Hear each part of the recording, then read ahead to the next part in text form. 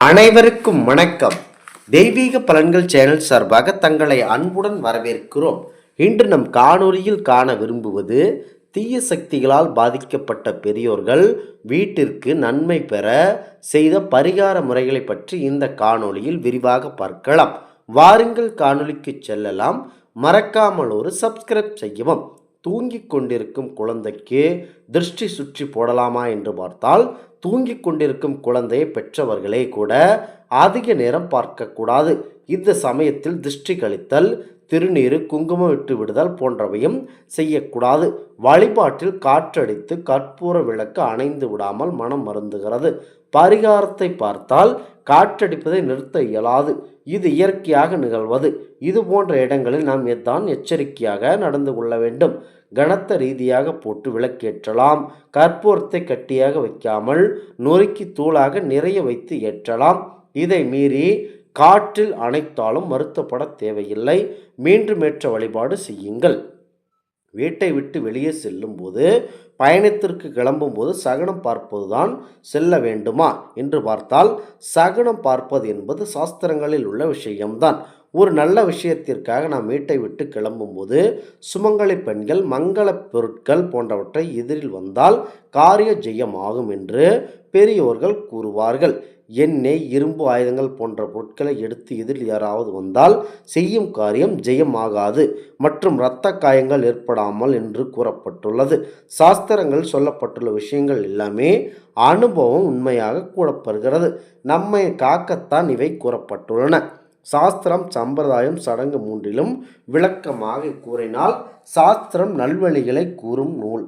கூறப்பட்ட நல்வழிகளை காலம் காலமாக கடைபிடித்து வருவது சம்பிரதாயம். இதை செய்வதுதான் சடங்காக பார்க்கப்படுகிறது. இந்த சடங்கை நீங்கள் முறையாக கடைபிடித்து வாருங்கள். புது வீடுகளில் திருஷ்டி பூசணிக்காயை பெரியோர்கள் ஏன் தொங்க விடுகிறார்கள்? அதன் நோக்கம் என்னவென்றால், கண்ணீர் கழித்தல் என்பது பண்டைய காலம் தொட்டே கடைபிடிக்கப்பட்டு வரும் ஒரு மரபு. ஒருவர் நம்மை பொறாமையோடு பார்த்தால் நம் மனநிலையும் உடல்நிலையும் பாதிக்கப்படும் என்பதை இன்றைய விஞ்ஞான உலகம் ஒப்புக்கொண்டிருக்கிறது. இதை நம் முன்னோர்கள் திருஷ்டி தோஷம் என்று குறிப்பிடுகிறார். இவ்வளவு அழகாக வீடு கட்டி விட்டார்களே என்று பொறாமையுடன் யாராவது பார்த்தால் இந்த திருஷ்டி தோஷம் ஏற்படும். இதனால் நமக்கு பாதிப்புகள் வராமல் இருக்க பூசணிக்காய் தொங்க விடுவர். புது வீட்டை பார்ப்பவர்கள் கண்ணில் பூசணிக்காயும் அதில் வரைந்துள்ள வடிவமும் சிறிது நேரம் படும். புது வீட்டை முழுமையாக பார்ப்பதில் இருந்து அவரது கவனம் சிதறும். இதன் காரணமாக திருஷ்டி தோஷம் குறையும் என்று கூறப்படுகிறது.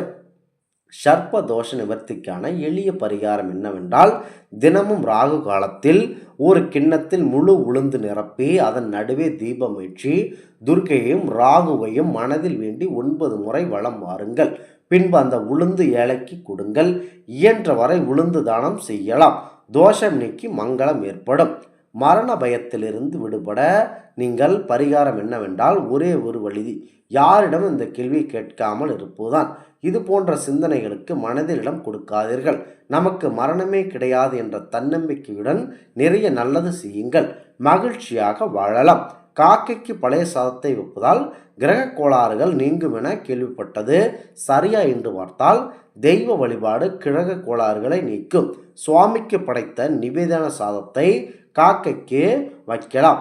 பழைய சாதம் போன்றவற்றை வைப்பது இது முறையே தவறானதாக பார்க்கப்படுகிறது. இந்த முறையை நீங்கள் கண்டிப்பாக செயல்படுத்தாதீர்கள். பூனை குறுக்கே சென்றால் பரிகாரம் என்ன என்று பார்த்தால், தொட்டதற்கெல்லாம் சகனம் பார்த்து நேரத்தை வீணடிப்பதை தவிர்ப்பதே எல்லாவற்றிற்கும் சிறந்த பரிகாரம். முக்கிய அலுவலம் நிமித்தமாக செல்லும் போது இது போன்ற விஷயங்கள் நடந்தால் மீண்டும் வீட்டிற்கு சென்று சிறிதளவு தண்ணீர் பருகி சென்றால் போதும். பார்வை குறைபாடு நீங்கி எந்த தெய்வத்தை வழிபட வேண்டும் என்றால் எல்லா தெய்வங்களையும் வழிபடலாம். விடியற்காலையில் சூரிய உதயத்தின் போது சூரியனை பார்த்தவாறு 12 முறை நமஸ்காரம் செய்து வாருங்கள். ஆதித்யார் உதயம் நூல் தமிழ் கிடைக்கிறது. அதையும் நீங்கள் பாராயணம் செய்யலாம். ஒரே குடும்பத்தில் 9 நட்சத்திரங்கள் 2 குழந்தைகள் இருந்தால் பரிகாரம் என்ன என்று பார்த்தால், அப்படி ஏதும் சாஸ்திரங்கள் கூறப்படவில்லை. இது இயற்கையாக நிகழ்வதுதான். பரிகார பூஜை செய்தால் துன்பங்கள் அடியோடு தவிர்க்க முடியுமா என்று பார்த்தால், ஒருவருக்கு கடுமையான தலைவலி வந்துவிட்டது.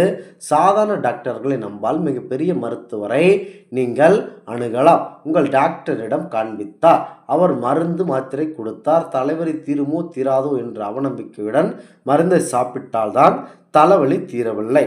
பின்பு இதே போலவே நம்பிக்கை இல்லாமல் பல டாக்டர்களிடம் மருத்துவம் பார்த்து குணமாகவில்லை. கடைசியாக அமெரிக்காவில் வைத்தியம் செய்து கொள்ள முடிவெடுத்தார். அங்கு ஒரு டாக்டரை பார்த்து தன் கதையை ஆரம்பத்திலிருந்து எடுத்து சொன்னார். பல வகையான பரிசோதனை செய்த பின்பு ஒரு மருந்து பொடியை குடித்தார்.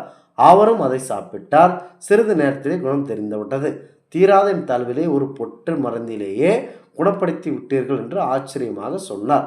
டாக்டர் அவரிடம், உங்களை நம்பிக்கை குறைவினால்தான் தலைவலி தொடர்ந்து இருந்தது, இப்போ தன் நம்பிக்கையுடன் சாப்பிட்டம் தலைவலி தீர்ந்துவிட்டது என்றார். இந்த கதை போலத்தான் உங்களது கேள்வி, எதை நம்பிக்கை இல்லாமல் செய்தீர்கள்? நம்பிக்கை மொழியாக இருந்தால் பலன் நிச்சயம் கிடைக்கும். இந்த ஆன்மீக தகவல் உங்களுக்கு பிடித்து இருந்தால் தெய்வீக பலன்கள் சேனலை கண்டிப்பாக சப்ஸ்கிரைப் செய்து கொள்ளவும். மீண்டும் ஒரு நல்லதொரு காணொளியில் உங்களை சந்திக்கிறோம். நன்றி, வணக்கம்.